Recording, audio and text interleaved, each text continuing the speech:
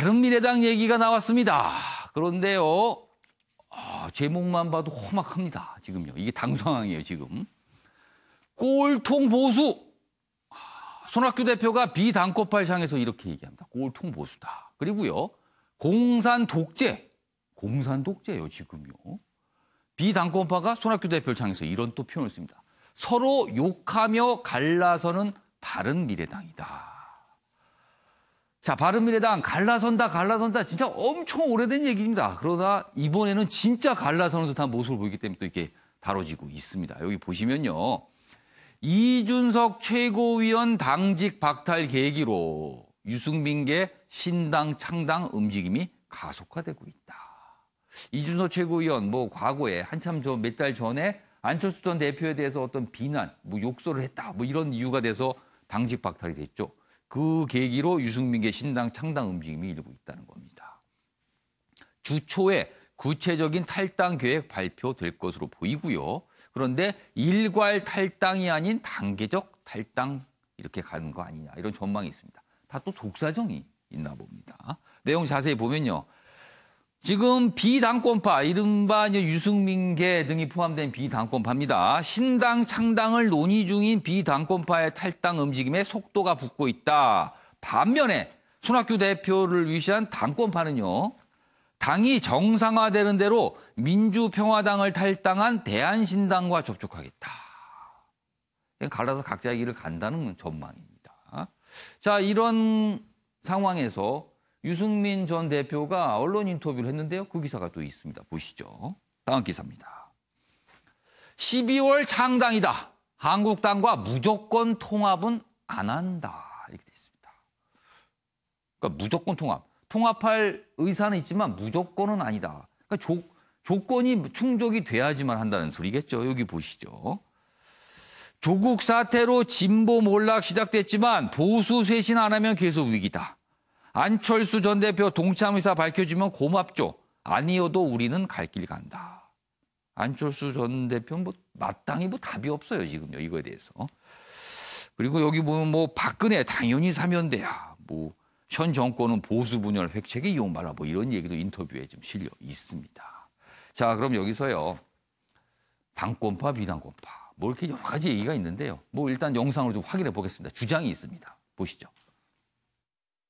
개혁적인 어떤 중도보수 정치의 길이라고 생각을 하고 그 길 위로 어떤 세력이든지 그 길 위로 같이 뜻을 합치겠다면 저희들 대화의 문은 언제든지 열려 있습니다.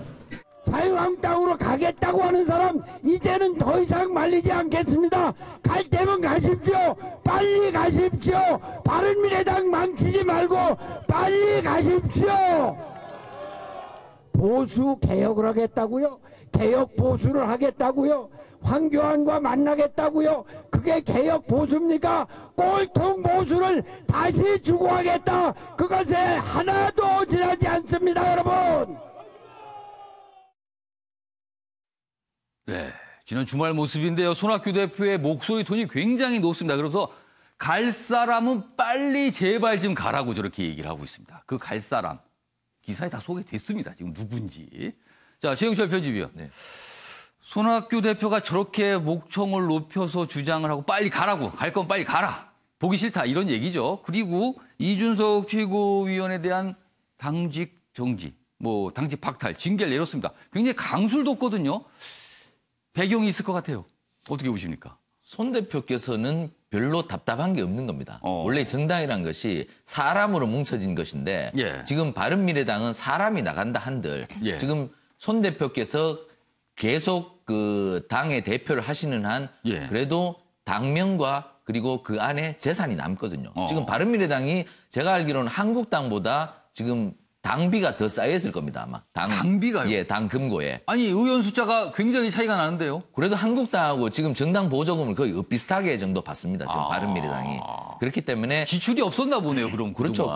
그러니까 굳이 사람들이 나간다 한들 바른미래당의 간판은 남는다는 것이죠. 그러다 보니 손 대표께서는 그렇게 답답한 게 없는 것이고 지금 빨리 유승민계가 집 밖에 나가지 못하는 이유도 바로 예. 이러한 부분이 있습니다. 지금 풍찬 노숙을 하러 나가면 예. 어떻게 될 것인가에 대한 고민이 크다 보니 예. 쉽게 결행을 못하는 것이죠. 예. 사실 지방선거 지난해 예. 6월에 지방선거 이후에 예. 나간다가 벌써 뭐 1년 반이 됐습니다. 그렇습니다. 아직도 못 나가고 있습니다.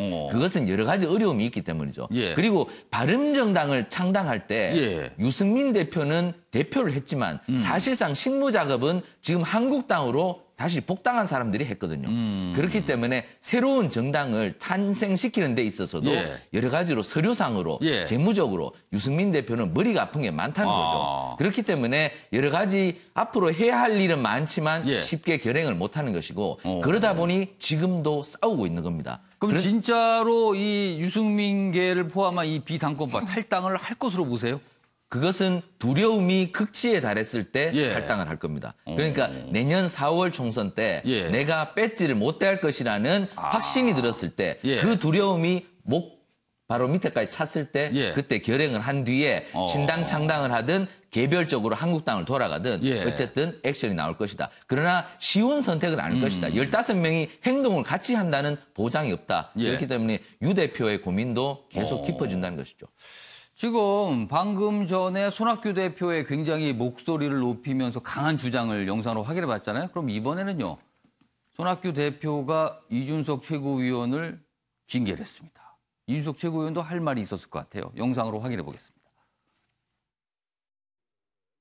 사석에서의 발언을 녹취해가지고 그걸 문제 삼는 것인데 전 그것도 부당하다 이렇게 생각하고 손학규 대표의 사실 당권을 지키려는 마지막 추한 모습이다 이렇게 봅니다.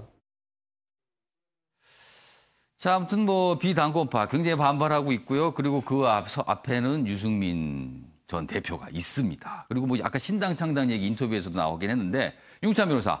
사실 유승민 전 대표가 황교안 대표가 만날 수 있다. 뭐 논의할 수 있다. 여러 가지 여지를 남겨놨는데 다만 조건이 있다 그랬어요. 그때. 그래서 몇 가지 조건인데 일단 가장 중요한 거는 탄핵의 강을 건너야 된다. 이게 뭐 은유적인 표현이지만 박근혜 전 대통령 탄핵 문제에 대해서 매듭을 절한 뜻이에요. 그리고 보수 혁신. 그러니까 자유한국당이 뭔가 바뀌는 모습을 보여주지 않으면 안 된다. 이게 조건이거든요. 그래서 아까도 무조건 합당은 아니다라고 얘기했는데 그럼 몇 가지 조건을 내걸었는데 윤기찬 변호사 그 조건 충족이 될까요? 어떻게 보십니까? 제 생각에는 한국당에 대한 요구 조건일 수도 있고요. 예. 뭐 탄핵과 관련돼서는 이미 좀 완화된 입장을 다시 취하시는 것 같아요. 뭐 사면 얘기도 하시는 걸로 봐서는 또는 당내 바른미래당 당내 어떤 조건을 얘기할 수도 있어요. 예를 들면 안철수 전 대표의 어떤 복귀 문제나 참여 문제, 그다음에 패스트트랙 문제가 걸려 있잖아요. 그 패스트트랙 문제가 입법조사처에서 정한 시한은 이제 12월 3일까지란 말이죠. 예. 한국당은 1월 18일, 2월 그렇죠. 28일까지지만 1월로 왔습니다. 어쨌든 입법조사처의 12월 3일까지 어떤 상정 기간이기 때문에 그런 것들이 다 해결된 이후에 한국당과 마주할 그 당내 조건을 얘기할 수도 있어요. 그래서 한국당이 요구하는 조건은 사실 명분상의 조건 또는 뭐 지분이 될 수 있겠죠. 그런데 그런 것들은 본인의 역할이나 비중에 따라서 사실은 협상의 자세가 달라지는 거기 때문에 어떤 당내 조건이라고 저는 해석을 하고요. 한국당과의 협상 조건은 사실은 아직은 서로 간에 전달이 안 됐을 거다. 본인이 당내에서 어떤 역할, 패스트트랙 관련해서 이미 벌어진 일들이 있잖아요. 바른미래당을 통해서 그것들을 수습하는 과정을 거쳐야 어떤 뭐 보수에 대한 이미지 개선이나 역할론도 어느 정도 주장할 수 있기 때문에 그런 당내 조건을 말씀하시는 게 아닌가라는 생각을 해요. 그러니까 지금 한국당과 관련해서는 여러 가지 조건의 문제, 이걸 좀 맞춰봐야 될 문제가 있고요. 그리고 바른미래당에서 유승민 의원 등이 탈당을 할 때는 말 그대로 탈당을 할 것인가, 아니면 쪼개서 분당을 할 것인가, 뭐 여러 가지 지금 변수들이 있거든요. 그리고 연말까지 패스트트랙 법안을 처리하기 위해서는 바른미래당이 당 전체의 모습을 갖추고 있어야지만 또 여러 가지 발언권이 있는데 그 전에 나갈 것인가 말 것인가 복잡합니다. 변수가요. 지금. 그리고 많은 정당들이 지금 쳐다보고 있습니다. 자, 정치 기사 뭐 간단하게 하나 더 이어가 보죠. 다음 기사입니다. 서울신문에 난 기사인데요. 최동욱 전 검찰총장 만난 양정철. 최동욱 전 검찰총장. 이거 박근혜 정부 시절에 뭐 여러 가지 우여곡절이 있었죠. 그런데 최근에 양정철 민주연구원장, 뭐요. 이게 여당의 지금 싱크탱크잖아요. 만났다는 겁니다. 그리고요. 여당 검찰 출신 인사 영입 나서나 이렇게 돼 있습니다. 보시면 지난 10일 저녁 광화문에서 뭐 저녁 식사를 같이 했다는 건데 양정철 이렇게 만난 거에 대해서 여러 가지 얘기가 나오니까 이렇게 해명을 합니다. 미국 연수 끝낸 신연수 환영 모임이었다. 공개된 곳에서 만났는데 무슨 뭐 검찰 뭐 이런 개혁 얘기, 무슨 영입 얘기를 하겠느냐. 말도 안 된다. 큰 의미가 없다. 이렇게 하면서 해명을 했습니다. 그리고 최동욱 전 총장, 조국 사퇴 후 검찰개혁 조언 가능성도 있는 건 아니냐. 왜냐하면 이 최동욱 전 총장의 어떤 위치랄까요? 과거의 전력 이런 것 때문에 그런 거잖아요. 그리고 여기 보면 신현수 전 국가정보원 기획조정실장, 청와대 민정라인 복귀 가능성? 뭐 혹시 법무장관? 뭐 이런 얘기가 좀 있을 수 있거든요. 그래서 양정철 원장이 최동욱 전 총장을 포함해서 검찰 출신들을 만나서 저녁 식사를 했다. 이게 간단하지는 않은 거 아니냐. 뭐 이런 또 시각도 있습니다. 본인은 펄쩍 뜁니다. 이거 아무 의미 없는 거다. 그냥 반가워서 오랜만에 본 거다. 이렇게 나오는데 여러 가지 시각이 있을 것 같아요. 벌써 몇 달 됐죠. 양정철 원장이 국정원장을 저녁 자리에서 만난 것도 굉장히 많이 회자가 되고 논란이 됐었는데 이걸 어떻게 봐야 될까. 여러 가지 얘기가 좀 있습니다. 먼저 김상일 평론가께서는 이 기사가 너무 과도하게 다룬 겁니까? 아니면 진짜 양정철 원장과 최동욱 전 총장의 만남은 좀 예의주시할 만하고 오해받을 만합니까? 어떻게 보세요? 오해받을 거는 없을 것 같고요. 뭐 예의주시를 하는 건 할 수 있겠죠. 왜냐하면 양정철 원장의 상징성이 있으니까. 그러나 이제 양정철 원장이 그 민주연구원의 원장이잖아요. 다시 말해서 이제 지원기구입니다. 여러 가지 뭐 정책도 지원하고 때에 따라서는 그 후보군에 대한 정보도 지원을 할 수가 있죠. 그렇기 때문에 모든 해석은 뭐 열어놓을 수 있다고 보고요. 그래서 뭐 그걸 지원하는 게 뭐 잘못된 겁니까? 단지 저 기사는 양정철 원장에게는 나쁘지 않은 기사다. 뭐 이렇게 주목을 받을 수 있고 그렇다고 해가지고 이게 뭐 손해 볼 거 없다 이런 그렇죠. 내용 알려줘서. 그리고 뭐 비리도 아니고. 그리고 아까 그 가능성의 부분은 모두 다 뭐 한다고 해가지고서 문제될 것도 없고 뭐 다 가능한 일이기도 하고요. 그런 측면에서 볼 때 뭐 전혀 양정철 원장은 싫어하지 않을 기사 같습니다. 장유희 변호사. 사실 싱크탱크 원장입니다. 싱크탱크라는 게 어떻게 보면 연구지만 또 할 수 있는 일이 많을 것 같아요. 그래서 몇 개월 전에도 뭐 민주당에 인재 영입과 관련해서 역할을 하는 거 아니냐 뭐 이런 전망과 추정도 있었는데 지금 여기 최동욱 전 총장을 만났다는 의미는 일단 검찰 개혁이 지금 이루어지고 있는데 이 과정에서 검찰 출신을 만났다. 그리고 총선을 앞두고 만났다. 혹시 무슨 영입 이런 거 아니야. 두 가지 관점에서 이 주목을 끌거든요. 어떻게 보세요? 여러 포석이 있는 만남이었다는 생각이 듭니다. 왜냐하면 이제 국정원장을 사석에서 만났을 때도 언론에 좀 크게 보도가 되는 그렇습니다. 전례가 있지 않습니까? 그래서 이 만남이 어떤 의미를 가질지, 함의를 가질지 충분히 알고 언론에 보도될 수도 있는데 그럼에도 불구하고 만났다는 것. 뭐 공개된 자리에서 옆에 다른 뭐 기자들도 저녁 식사를 하고 있었다. 그래요. 또 얘기 후일담을 들어보면요. 어쨌든 그런 자리를 만든 거는 말씀하신 것처럼 다 검찰 출신 아닙니까? 신현수 전 기조실장, 국정원 기조실장, 최동욱 전 검찰청장 다 검찰과 관련한 어떤 그 몸을 담았던 분들이기 때문에 지금 시국에서 당연히 자문을 받을 수 있을 부분이 있다고 보여지고요. 또 신현수 전 기조실장 같은 경우에 초대 정권의 법무부 장관 하마평에까지 올랐던 분입니다. 그래서 여러 포석을 두고 지금 법무부 장관 자리도 이제 공석이고 해서 여러 어떤 그 의도에서 이루어진 자리가 아닐까 이런 생각은 듭니다. 사실 양정철 민주연구원장이 무슨 인사권자 뭐 이런 건 아닙니다. 그렇지만 문재인 대통령의 최측근 중에 최측근으로 꼽히기 때문에 항상 이렇게 기사가 되거든요. 윤시환 변호사 하실 말씀 있으세요? 네, 저는 양정철 원장과 대통령과의 관계 이런 것들을 감안해 보면 총선 영입의 의미도 있을 수 있지만 지금 윤석열 검찰이 행하는 수사에 대한 불만이 있기 때문에 차기 다음 인사에 인사를 어떤 기획을 하고 검찰 인사의 인사 자료를 확보하려고 만났지 않았을까 이런 우려가 있고요. 여당 싱크탱크에서 인사 자료를 그러니까 우려죠. 쌓아놓을 수도 있다. 예를 들어서 지금 뭐 인사와 관련돼서 그런 역할을 할 수 있는 법무장관도 안 계시기 때문에 아마 그런 차원에서 만약에 만났다면 그것은 상당히 우려할 만하다. 일단 추정이시죠? 그냥? 추정입니다. 아무튼 여러 가지 해석이 있습니다. 그래서 근데 뭐 여기 보면 본인은 큰 의미 없다. 제발 좀 이런 거 의미 부여 좀 하지 말라는 취지였어요. 그렇지만 여기 세 분 말씀 들어봤잖아요. 의미 부여 됩니다. 지금요. 분명히 되고 있습니다. 최영철 편집위원 혹시 하실 말씀 있으세요?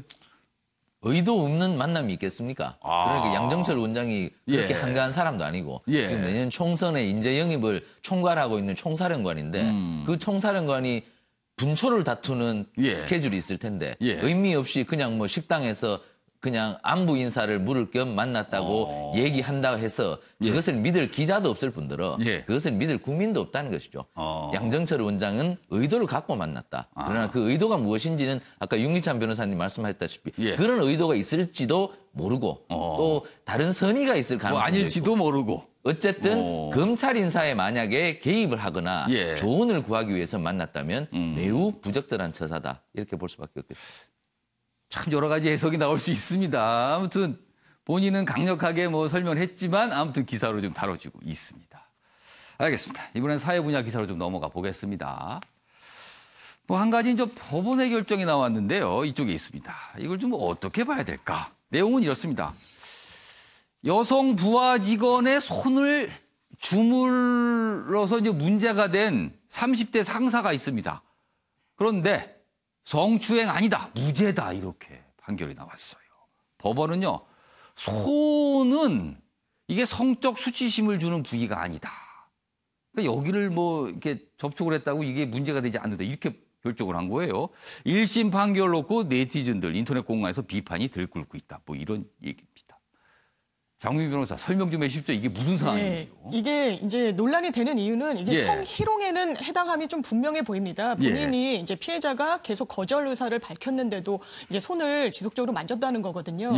그런데 이제 성희롱은 처벌할 수 있는 형사적 규율 장치가 없고 이게 그렇다면 형법상 강제추행에 해당할 것인가가 이제 법원에서 판단에 이제 대상이 됐던 부분이거든요. 강제추행이 성립하기 위해선 폭행 협박이 수반돼야 되고 추행이 있어야 됩니다. 그리고 판례는 이 추행에 대해서 성적으로 수치심을 일으킬 수 있고 혐오감을 일으키게 하는 행위라고 하고 있기 때문에 법원은 손을 뭐 거절 의사에도 불구하고 만졌다고 해도 이게 과연 법적인 추행에 해당할 것이냐라는 부분에 대해서는 무죄 판단을 내린 것 같습니다. 법원이 손을 이렇게 뭐 만지고 주무르는 건 이건 추행으로 볼 수 없다고 무죄를 결정한 거예요? 그렇기 때문에 법원도 지금 해당 기사에도 성적 수치심을 주는 부위가 아니다라고 한 것이 왜냐하면 판례 태도가 굉장히 좀 명확하기 때문입니다. 성적 수치심을 주고 혐오감을 불러일으키는 어떤 행위여야 하는데 손은 다소 그런 부분에 있어서는 딱 떨어진다고 좀 보기 어려운 게 아닌가.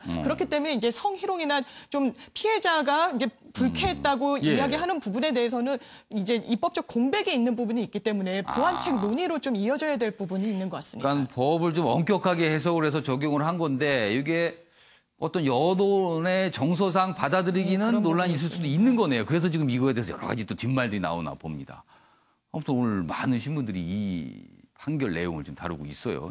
김상일 변호사. 근데 저는 좀 이해가 안 돼요. 왜 안 되냐면 그게 뭐 이렇게 친구였거나 뭐 이런 모르겠는데 우리가 요새 그 굉장히 많이 이슈가 되는 게 직장에서의 상사와 부하 직원. 상하관계입니다. 이거 굉장히 심각하게 보거든요. 근데 그런 측면을 보면 그런 부분을 좀 감안했어야 되는 거 아닌가 싶은 최근의 정서하고는 약간 좀 어떻게 보면 좀 글쎄요. 좀 동떨어졌다. 그렇게 볼 수 있는 시각이 있어요. 그래서 지금 비판이 들끓는다. 뭐 이렇게 내용까지 소개가 돼 있습니다.